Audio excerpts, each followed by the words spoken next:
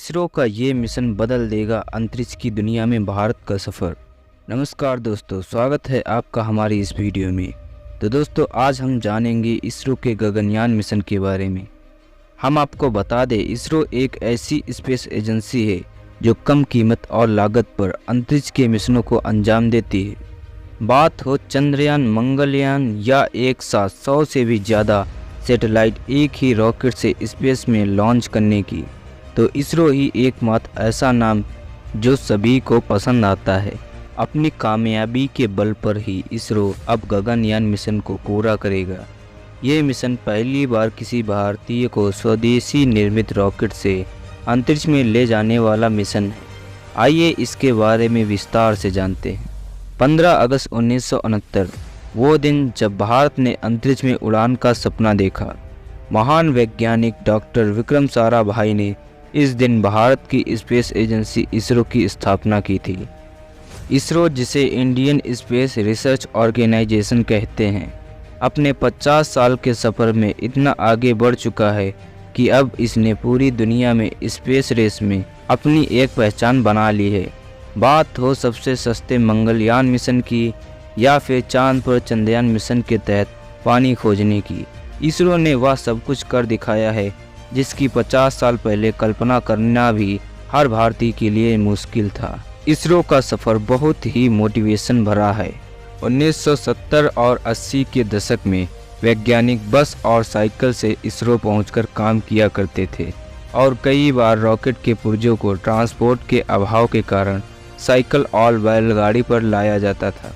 इस दौर में जहां भारत में भयानक गरीबी थी, तो ऐसे में स्पेस जैसे प्रोग्राम और रॉकेट लॉन्च करने के बारे में सोचना भी सरकारों के लिए एक मुश्किल भरा काम होता था। पर धीरे धीरे वो दौर गुजरा और हमारी अंतरिक्ष एजेंसी विकसित होने लगी। भारतीय सरकार और लोगों की दिलचस्पी ने इसरो को वो ताकत दी जिससे हम दुनिया के 6वें ऐसे देश बन गए जिनके पास खुद की अपनी स्वदेशी स्पेस एजेंसी थी और खुद के बनाए गए सैटेलाइट लॉन्च व्हीकल थे। मंगलयान और चंद्रयान जैसे सफल मिशन करने के बाद अब इसरो पहला मानव मिशन करने की तैयारी में है। इस मिशन को गगनयान नाम दिया गया, जिसकी घोषणा 15 अगस्त 2018 में प्रधानमंत्री नरेंद्र मोदी जी ने की थी। करीब 10,000 करोड़ के इस मिशन से हर भारतीय को खुशी है कि अब अपना देश भी स्पेस में लोगों को भेज सकता है। गगनयान मिशन वास्तव में गगनयानी की आसमान को छूने वाला मिशन है जो कि देश की दिशा बदल कर रख सकता है। आज हम स्पेस में जाने की जो सोच रहे हैं उसकी शुरुआत 2004 में ही हो गई थी। उस समय इसरो ने मन बना लिया था कि वह भविष्य में मानव मिशन जरूर करेगा। इसके लिए इसरो ने ह्यूमन स्पेस फ्लाइट प्रोग्राम यानी कि HSP की नींव रखी, जिसमें इसरो ने वह जरूरी टेक्नोलॉजी और रिसोर्स पर काम करना शुरू कर दिया जिससे वह अपने पहले मानव मिशन को अंजाम दे सके। इस प्रोग्राम के बनने से पहले इसरो कभी भी ह्यूमन स्पेस फ्लाइट के लिए सीरियस नहीं था। उस समय इसरो केवल अपने सैटेलाइट और ज़रूरी लॉन्च व्हीकल जैसी PSLV और GSLV पर ध्यान दे रहा था। HSP के बनने के 2 साल बाद ही इसरो ने गगनयान मिशन की नींव रखी। 2006 में इसरो ने गगनयान के लिए सभी तरह की शुरुआत, रिसर्च और टेक्नोलॉजी पर काम करना चालू कर दिया। गगनयान को ऑर्बिटल व्हीकल का नाम दिया गया और इसका डिज़ाइन अमेरिका के पहले मानव मिशन में इस्तेमाल हुए मरकरी क्लास स्पेसक्राफ्ट जैसा रखने की सहमति बनी। प्लान सिंपल था कि ये एक ऐसा स्पेसक्राफ्ट बने जो कम से कम 1 हफ्ते तक 2 अंतरिक्ष यात्रियों को स्पेस में बनाए रखे और फिर फ्लैश डाउन तकनीक का इस्तेमाल करके, जिसमें स्पेसक्राफ्ट पैराशूट की मदद से पानी में आराम से लैंड हो जाए। 2008 में यह डिज़ाइन बन चुका था और अब बस सरकार से इसके बजट के पास होने की देर थी। फरवरी 2009 में बजट भी सैंक्शन कर दिया गया, पर कुछ पॉलिटिक्स कारणों की वजह से ये प्रोजेक्ट 4 साल के लिए रुक गया। इसके बाद फरवरी 2014 में सरकार द्वारा फिर से इसरो का बजट बढ़ाया गया और गगनयान मिशन को हरी झंडी मिल गई।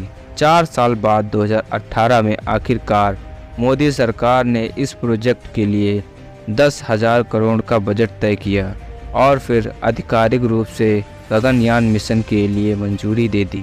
2006 में गगनयान प्रोजेक्ट की शुरुआत होने के बाद 2007 में इसरो ने पहला छोटा सा स्पेसक्राफ्ट डिजाइन किया जिसका वजन 550 किलोग्राम था। इस स्पेसक्राफ्ट को स्पेस कैप्सूल रिकवरी या SRE-1 नाम दिया गया, जिसका परीक्षण इसरो ने 10 जनवरी 2007 को श्रीहरिकोटा से किया।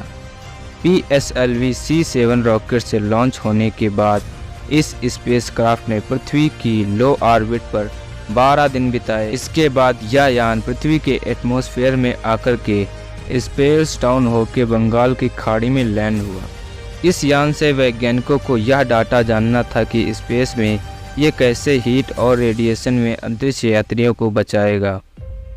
और जैसा कि ये रिकवरी स्पेसक्राफ्ट है तो इसका ज़्यादा इस्तेमाल अंतरिक्ष यात्रियों को सही सलामत पृथ्वी पर लाने का है। 12 दिन तक पृथ्वी की पोलर ऑर्बिट में रहने वाले इस यान से वैज्ञानिकों को thermal protection system, navigation control और कम्युनिकेशन सिस्टम का टेस्ट करना था। ये यान इन सभी टेस्टों में सफल हुआ और एटमॉस्फेयर में दाखिल होने के बाद रिएक्शन और हीट टेस्ट में भी सफल रहा। इसके बाद स्प्लैश डाउन करते वक्त भी ये यान अपने पैराशूट को खोलने और आराम से पानी में लैंड करने में भी सफल रहा। इस यान की सफलता ने ही गगनयान मिशन की डिज़ाइन का रास्ता खोला और अब गगनयान इस स्पेसक्राफ्ट के डिज़ाइन पर बनाया जा रहा है। पर इसरो के लिए सुरक्षा और रिकवरी बहुत ही मायने रखती है, इसलिए वे कई तरह के टेस्ट कर चुके हैं ताकि गगनयान सही सलामत रहे और स्पेस और एटमॉस्फेयर की खतरनाक हीट और फ्रिक्शन से बच सके। गगनयान 2 हिस्सों से जुड़कर बना है। एक हिस्सा सर्विस मॉड्यूल कहलाता है तो दूसरा हिस्सा क्रू मॉड्यूल। सर्विस मॉड्यूल में हर तरह की सर्विसिंग होती है, जैसे कि कम्युनिकेशन सिस्टम और दूसरी सर्विस। वहीं क्रू मॉड्यूल में क्रू मेंबर्स और दूसरी ज़रूरत की चीज़ें रहती हैं। 2007 के स्पेस कैप्सूल रिकवरी एक्सपेरिमेंट के बाद 2014 में इसरो ने इसी कड़ी में crew module atmosphere re entry experiment, जिसे केयर भी कहते हैं, उसको अंजाम दिया। इस एक्सपेरिमेंट के तहत वैज्ञानिकों को क्रू मॉड्यूल जिसमें अंतरिक्ष यात्री वापस पृथ्वी पर लौटते हैं उसे टेस्ट करना था। इस टेस्ट के तहत क्रू मॉड्यूल की एटमॉस्फेयर में री एंट्री और कब पैराशूट खोलना है और कब लैंड करना है, इसका टेस्ट किया गया, जो कि सफल रहा। इस टेस्ट में जो क्रू मॉड्यूल डिज़ाइन किया गया था वो स्पेस कैप्सूल रिकवरी पर आधारित था, पर यह उससे काफ़ी बड़ा और भारी था। करीब 3800 किलो वजन वाले थर्मल हीट प्रोटेक्टेड बनाया गया था, जिसके तहत उसमें कार्बन की उन सीटों का प्रयोग किया जो कि अंतरिक्ष की रेडिएशन और एटमॉस्फेयर की हीट से बचाव करती हैं। आपको बता दूं कि गगनयान इन्हीं तरह के डिज़ाइन पर तैयार किया गया है, जिसके तहत अगर गगनयान में ज़रा सी भी खराबी आती है और सिस्टम कुछ खराब सिग्नल भेजता है तो तुरंत ही क्रू मॉड्यूल को वापस पृथ्वी पर बुलाया जाएगा। गगनयान एक 3800 किलो का एक फुली ऑटोमेटिक स्पेसक्राफ्ट है जो 3 क्रू मेंबर्स को पृथ्वी की लो ऑर्बिट में ले जाने के लिए बनाया गया है।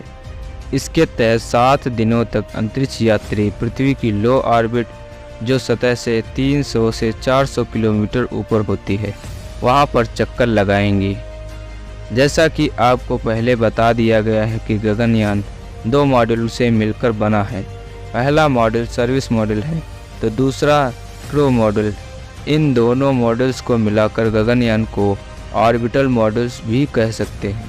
गगनयान स्पेस कैप्सूल में लाइफ सपोर्ट सिस्टम है और ये आसपास के वातावरण में भी ढल सकता है। इसके साथ ये यान इमरजेंसी मिशन एबोर्ड और इमरजेंसी एस्केप जैसे सिस्टम से भी लैस है, जिसके कारण रॉकेट के लॉन्च होने के पहले या दूसरे चरण में खराबी आने पर हम वापस क्रू मेंबर्स को पृथ्वी पर बुला सकते हैं।